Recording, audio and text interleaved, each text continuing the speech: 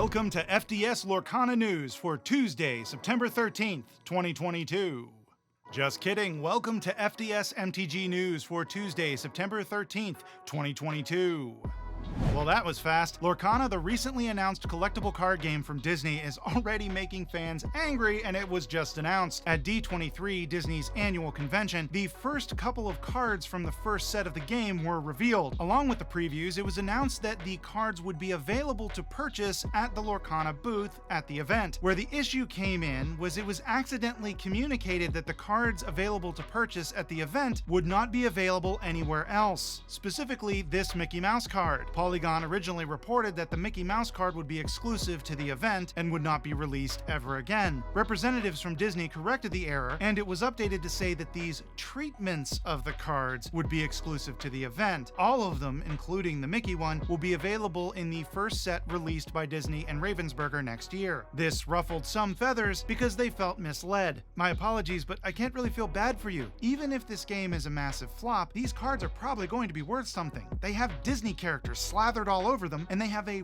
very limited print run. In fact, it's probably safe to say that even if Lorcana does take off, these will be the only cards that will be worth anything. So if you got your hands on some, consider yourself lucky. But I'll admit this is coming from a jaded collector like me, so take that for what it's worth. It's 40k preview week, so we get to see all the new cards for the 40k Commander decks. They'll be over there on the right. This one's my favorite. The Commander Rules Committee has announced that Olivia Gobert-Hicks and Jim LePage have been added as new members to the RC. The Commander Rules Committee is the governing body over the format of Commander and is not associated with Wizards of the Coast, though Wizards has agreed to honor the rules and ban list put out by the Rules Committee, so being a member is kind of a big deal, at least in Commander. Olivia Gobert-Hicks, a prominent MTG cosplayer and existing member of the Commander Advisory Group, will be the first woman to be a member of the Rules Committee. Jim LePage, an MTG YouTuber, will be the 9th man to be a member. The current active members of the Rules Committee are Sheldon Menery, Scott Larrabee, Gavin Duggan, Toby Elliott, and now Olivia Gobert-Hicks and Jim LePage.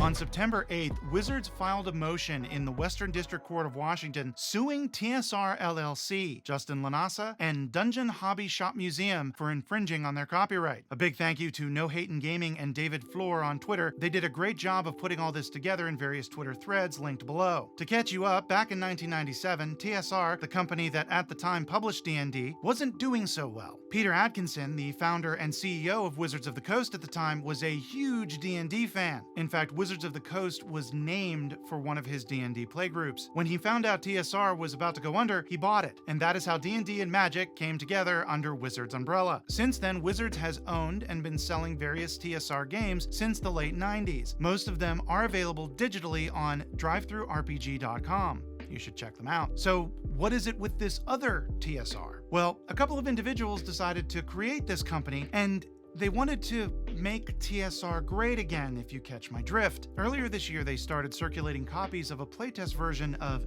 their game, Star Frontiers New Genesis. Right now, it would probably be a good time to note that Star Frontiers, that was originally published by TSR and is still currently sold by Wizards, is a trademark still held by Wizards. A copy of the playtest was released into the wild, and oh my god, it was incredibly racist. Not even trying to hide it racist. I'm quoting directly from the Star Frontiers New Genesis material here. It says, races in Star Frontiers New Genesis are not unlike races in the real world. Some are better at certain things than others, and some races are superior than others. I won't go on because I think you get the idea. One other bit I will note is that the playtest material included the sentence, "Please do not give to any employee or representative of Hasbro or Wizards of the Coast." I mean, did they think they were gonna steal it? Anyway, Wizards finally filed an injunction to stop the production and proliferation of Star Frontiers New Genesis. And Wizards' argument basically comes down to, we still own the trademark to all of this. One of the main arguments being that Wizards would be irreparably harmed if this material would continue to exist, and it would confuse consumers. An interesting note, they did include their handling of the Hadesy controversy that I reported on last week. They noted that Wizards as a company isn't racist because they removed the material as quickly as possible once they found out it existed. existed, which is interesting considering that it's material that they just released themselves and should have known it existed. This kind of feels like they're padding the resume, so to speak. Like when I said I helped develop a new onboarding strategy for a new innovative product line, I really just sat there and agreed with whoever was speaking to me. But anyway, many were surprised it took this long for Wizards to respond, but frankly, I'm impressed an attorney could gather this much evidence and present it so quickly and concisely. So that's where we are. As of recording, there hasn't been an official response from Justin Lanasa, TSR LLC,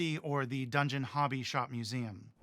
Well, that about does it for today. Like, subscribe, follow me on TikTok and Twitter, and check out my Patreon. Click on stuff.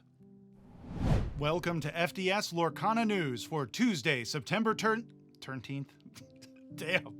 Yes, I did have those items on hand in my studio for that gag, if you were curious.